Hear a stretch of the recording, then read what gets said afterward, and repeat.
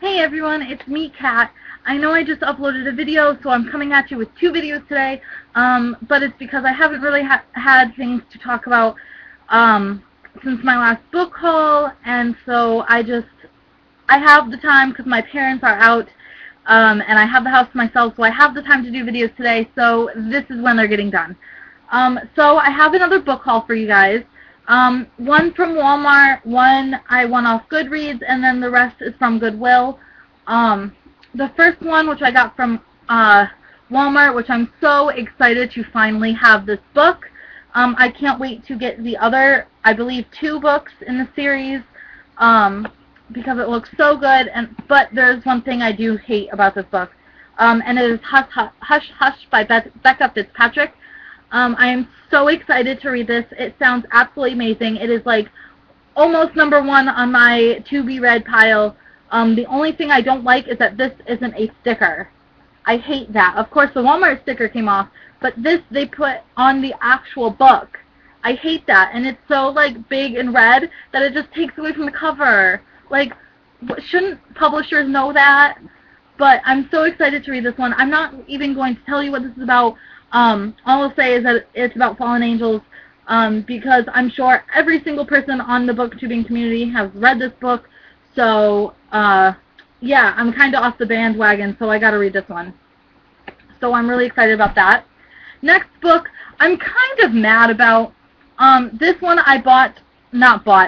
This one I won off of Goodreads, and it's called What Happened to My Sister by Elizabeth Frock. The only thing I hate is that it's the ARC, because I believe it comes out, it already came out. It comes out July 10th, so it already came out. I probably should have read it before July 10th to do a review, but it came out July 10th. I'm going to read it and do a review pretty soon. I hate that it's the ARC version, so it's like this plain book. I wish I got like the legit cover, because on Goodreads it showed the cover. Oh well, I can't complain. It's still a book. And this one is about, I'll just read this to you. This is the Random House Publishing letter that it came with.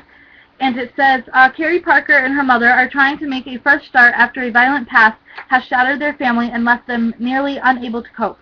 Carrie becomes fast friends with Cricket while adjusting to her new location, but the two soon learn that neither can escape the pull of their family's secrets.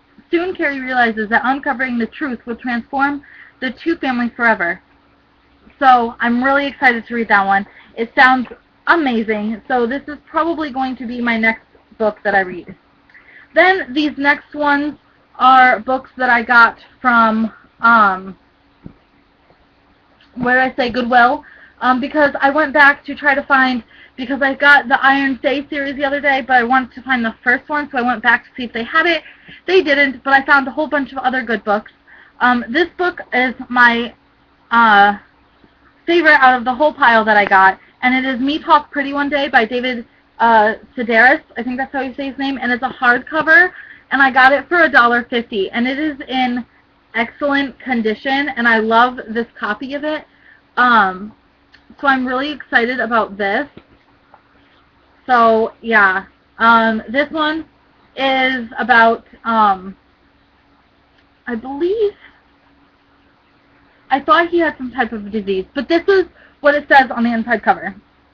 David Sedaris' new collection, Me Talk Pretty One Day, tells the most unconventional life story. It begins with a North Carolina childhood filled with speech therapy classes and unwanted guitar lessons taught by a midget, from budding performance artist to clearly unqualified writing teacher in Chicago. Sedaris' career leads him to New York, and eventually, of all places, France. Sedaris' move to Paris poses a number of challenges, chief among them his ability to speak the language. Arriving a spooky man-child capable of communicating through only his nouns, he undertakes language instruction that leads him ever deeper into cultural confusion. Whether describing the Easter Bunny to puzzled classmates, savoring movies in translation, or watching a group of men play soccer with a cow, Sedaris brings a view and a voice like no other. So that sounds amazing. and I can't wait to read that. Next book I got is The Ice Queen by Alice Hoffman. It's really, really small. It's not in great shape, like the sides kind of coming up. Has like a stain there, but it's still in great readable condition. The book got some love, so that's all I really care about. So yeah, this one actually has kind of big writing, but what this one is about is a woman who leads a quiet life, keeping other people at a cool distance, one day utters an idle wish to be struck by lightning, and her wish is granted. Instead of killing her, this catalysmic event marks a strange and powerful new beginning as a woman who finds herself drawn into a passionate relationship with another survivor of a lightning strike, a mysterious stranger who harbors dark secrets. Their affair becomes the center of a riveting story of loss, love, and redemption, a novel that reveals Alice Hoffman at the very height of her powers. So that sounds amazing. I've never read a story, anything like that, so I'm excited to read that one. The next book I got, I'm kind of mad about the type of book it is, but I really want this series, and it is White is for Magic by Lori Ferris Solers. It's the hardback, but the dust cover is gone, but I'm sure the dust cover looked exactly as the book does, so I'm not that worried about it, but I do like having the dust cover. And I'm not going to read to you the back because I believe this is the last book in the series.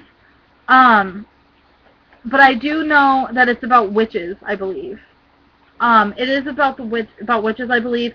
And the author did grow up in Salem, Massachusetts, which is absolutely awesome. So I'm really excited to read that one. The next book I got is All That Remains by Bruce Brooks. It sounds really cool, so I thought, why not? It was only $1.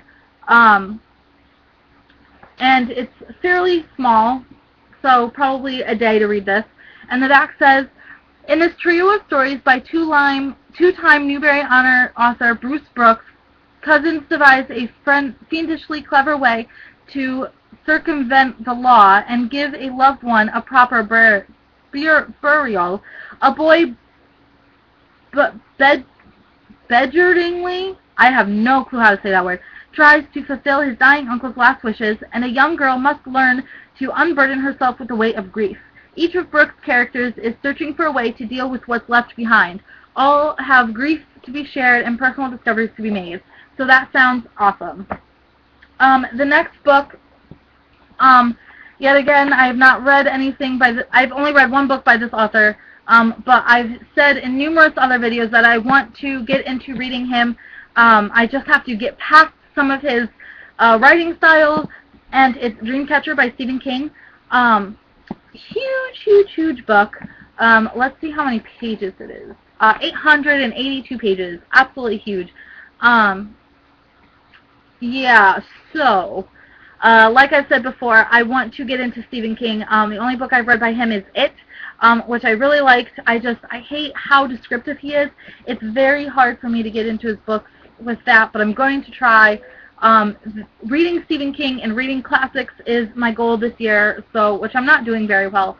I haven't read any classics or any Stephen King, and it's already halfway through the year, so I better get on that. So this one is about 25 years after saving a Down syndrome kid from bullies. Bev, Henry, Pete, and Jonesy, now men with separate lives and separate problems, reunite in the woods of Maine for an annual hunting trip. But when a stranger stumbles into their camp, disoriented and mumbling something about lights in the sky, chaos erupts.